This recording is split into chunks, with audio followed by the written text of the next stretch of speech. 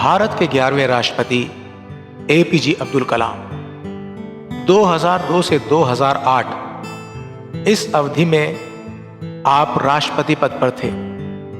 आपका जन्म एवं बचपन तमिलनाडु के रामेश्वरम में बीता। कौन सी पुस्तकें आपकी बहुत प्यारी हैं तथा आपके ऊपर कौन कौन सी पुस्तकों का ज्यादा प्रभाव पड़ा? ऐसा सवाल आपसे एक साक्षात्कार के दौरान पूछा गया। उस अवसर पर आपने 2 पुस्तकों के नाम लिए थे। उनमें से एक थी लाइट फ्रॉम मेरी लैम्प्स और दूसरी थी तिरुक्कुरल, जिसके कवि थे तिरुवल्लुवर। तिरुक्कुरल इस शीर्षक का अर्थ अगर देखा जाए तो तिरु माने पवित्र तथा कुरल माने हम जिसे दोहा कहते हैं। इस ग्रंथ में मानवीय अवस्था, नीतिमत्ता एवं सद्गुण आदि को लेकर विचार रखे गए हैं। तमिलनाडु के इस कवि संत के बारे में आज हम कुछ जानेंगे। आपका जन्म काल निश्चित रूप से मालूम नहीं। कोई कहता है ईसा पूर्व 130 बरस, तो कोई कहता है ईसा पूर्व 5वीं सदी। फिर भी एक तथ्य पर सभी एकमत होते हैं कि तिरुवल्लुवर ने अपने काल से लेकर सीधे आज तक सामाजिक, राजनैतिक, आर्थिक, धार्मिक, दार्शनिक तथा आध्यात्मिक आदि सभी क्षेत्रों में से बहुत सारे लोगों को प्रभावित किया है। आपने जिस ग्रंथ की रचना की वो तमिल भाषा में से एक उच्च स्तर का निर्माण है। इसमें 1330 दोहे हैं और इनको 3 हिस्सों में विभाजित किया गया है। पहला आरम मतलब सद्गुण, दूसरा पोरुल मतलब संपदा, इम्बामफ मतलब प्रेम, आखिर चलकर इसमें से विटु मतलब मोक्ष प्राप्त करना, ये हमारा ध्येय है। गीता, बाइबल, कुरान। तत्पश्चात तिरुक्कुरल इस ग्रंथ का सबसे अधिक भाषाओं में अनुवाद किया गया है। हिंदी, मराठी जैसी भारतीय भाषाओं के साथ साथ जर्मन, फ्रेंच, इंग्लिश जैसी विश्व भाषाओं में भी इस ग्रंथ का अनुवाद किया गया है। बच्चों, भारतीय उपमहाद्वीप के दक्षिण सिरे पर कन्याकुमारी में तिरुवल्लुवर जी की 133 फीट ऊंची प्रतिमा बनाई गई है। इस बिंदु पर अरब सागर, बंगाल की खाड़ी और हिंद महासागर ये एक दूसरे से मिलते हैं।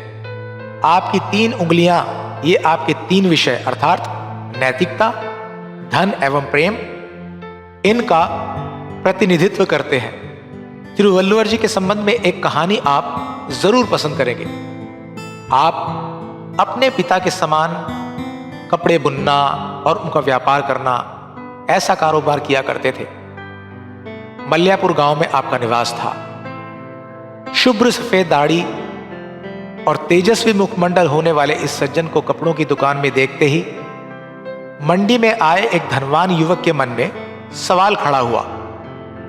धंधा कारोबार करने वाला ये आदमी और साधु की सूरत एवं पोशाक, शायद ये ढोंगी होगा।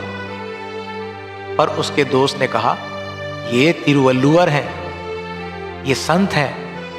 इन्होंने अपने क्रोध, लोभ, मोह इन भावों पर विजय पाई हुई है। वह युवक मानने को राजी न था। उस धनवान लड़के का रुख कुछ अलग सा था। उसके मन में इस सज्जन व्यक्ति को परखने की सूझी। वह आपकी दुकान में पहुंचा, एक साड़ी उठाकर उसकी कीमत पूछी। तिरुवल्लुवर बोले, इसकी कीमत 4 रुपए है। उस लड़के ने वो साड़ी आधी फाड़ दी और पूछा, अब इस आधी साड़ी के दाम कितने हैं? तिरुवल्लुवर ने कहा, 2 रुपए। और आगे बढ़ते हुए उस लड़के ने फिर से उसको आधा और काट दिया। और अब कितने? तिरुवल्लुवर बोले, 1 रुपया। लड़के ने फिर उसके 2 टुकड़े करते हुए पूछा, अब इस टुकड़े की कीमत कितनी है? तनिक भी नाराज न होते हुए तिरुवल्लुवर ने कहा, 50 पैसे। ऐसा जवाब सुनकर और उन्हें जरा भी गुस्सा ना हुए देखकर उस लड़के ने कहा, लेकिन अब तो ये मेरे लिए किसी भी काम की नहीं, मुझे नहीं चाहिए अब।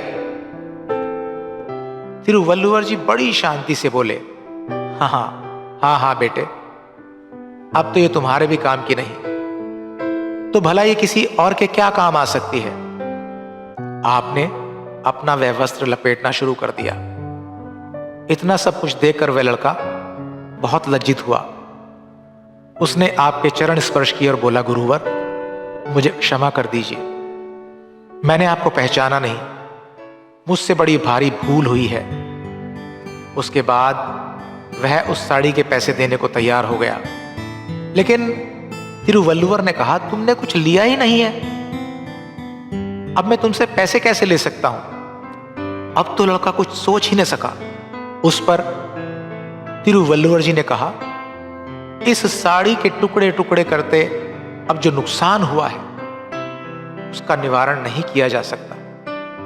ये साड़ी बनाने में कितने लोगों की मेहनत लगी है, क्या तुम जानते हो। मुझे रंज इस बात का है कि यह साड़ी कोई माता, कोई बहन पहन सकती थी।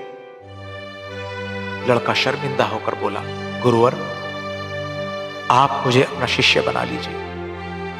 तिरुवल्लुवर बोले, हमें सदाचार का मार्ग अपनाना चाहिए, दूसरों के कष्टों का मूल्य जान लो। अगर आपके पास पैसा है तो लोगों के हित में उसका विनियोग करना चाहिए, उससे ही तुम्हारा और समाज का कल्याण होगा। तिरुवल्लुवर जी ने ऐसी सुगम सुलभ शैली में दैनिक जीवन में काम आने वाली बातों को लेकर जन जागरण किया। इससे हमें यह शिक्षा मिलती है, सदाचार के मार्ग पर रहते हुए दूसरों की मेहनत का लिहाज करना चाहिए। अपने पास होने वाले पैसे का जनहित में विनियोग कर समाज का कल्याण करना चाहिए।